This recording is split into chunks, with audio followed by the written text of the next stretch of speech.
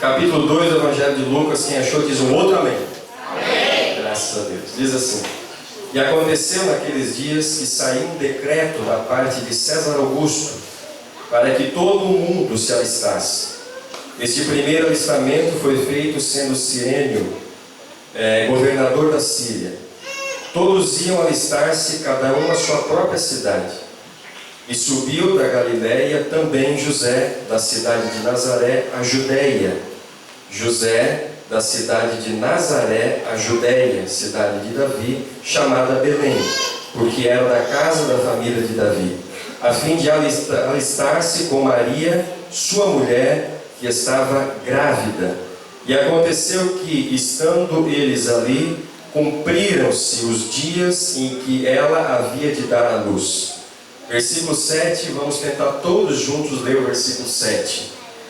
1, 2, 3.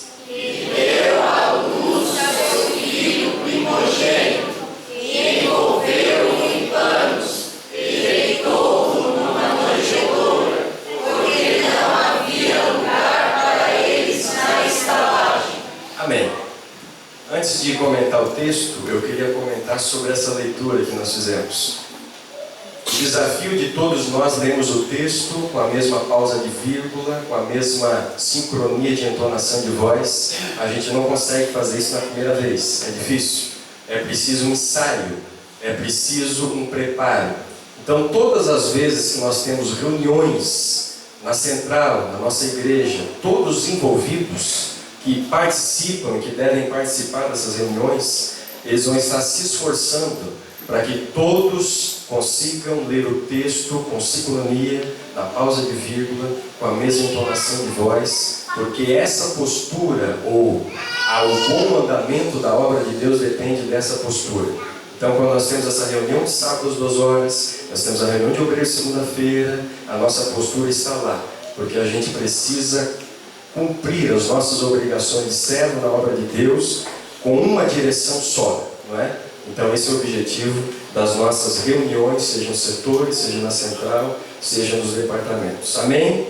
Agora eu quero refletir com os irmãos sobre o texto. Nós lemos um texto, no capítulo 2, que eu não sou nenhum teólogo formato, mas eu podia dizer que a base desse capítulo de número 2, da mudança de José e Maria de Nazaré, da cidade de Nazaré para Belém, ela está baseada no capítulo 5, versículo 2 de Miqueias.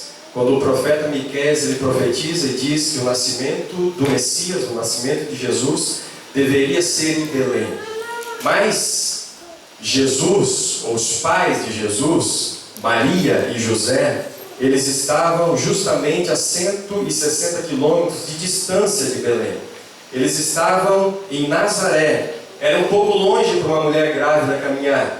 Era um pouco longe o percurso a pé ou com algum animal. Era difícil a transferência de uma cidade para outra nesse exato momento da gravidez de Maria. Mas, como Deus vela pela sua palavra para cumprir, Deus tem um cuidado com a sua palavra. Quando Ele lança uma palavra para o seu povo, Deus ele tem cuidado para que essa palavra se cumpra, porque Ele vela pela sua palavra para cumprir. Deus tem o cuidado da sua igreja, Deus tem o cuidado da sua vida. Quando o profeta profetizou no capítulo 5, versículo 2, há muitos anos antes do nascimento de Cristo, Deus havia falado que o nascimento de Jesus seria em Belém. Mas quando chegou o exato momento em que Maria, ela concebe, ela está grávida, ela está a 160 quilômetros de distância. Talvez aqueles que esperavam o Messias já descartaram que o Messias poderia vir de Maria justamente pela localização em que ela estava. Ela não estava em Belém, ela estava em Nazaré. Ela estava fora dos propósitos de Deus, porque para quem conhecia a palavra, a profecia de Deus naquela época, saberia e sabia que o Messias viria de Belém. Mas, meus irmãos, a maior prova que nós temos de que Deus é soberano é quando nós lemos este texto. Deus está acima de tudo, Deus está acima de todos, não interessa quem assumiu o nosso governo político do país, Não interessa quem está governando o nosso país. Não interessa quem está ocupando o governo do nosso país. Não interessa a preocupação que nós temos com o nosso país. Por que não interessa? Porque nesse exato momento, enquanto Jesus estava prestes a nascer, quem estava governando o Império Romano era César Augusto. Era um imperador pagão, era um imperador idólatra. E sabe o que Deus faz ele fazer? Faz ele decretar, faz ele ordenar um decreto para que todo o povo, diz ali todo mundo romano, se alistasse na sua cidade de origem. Por causa desse decreto que foi ordenado por um imperador pagão, idólatra, Jesus, Maria, José tiveram que sair de Nazaré para ir para Belém. Então eu quero dizer para os irmãos nessa noite,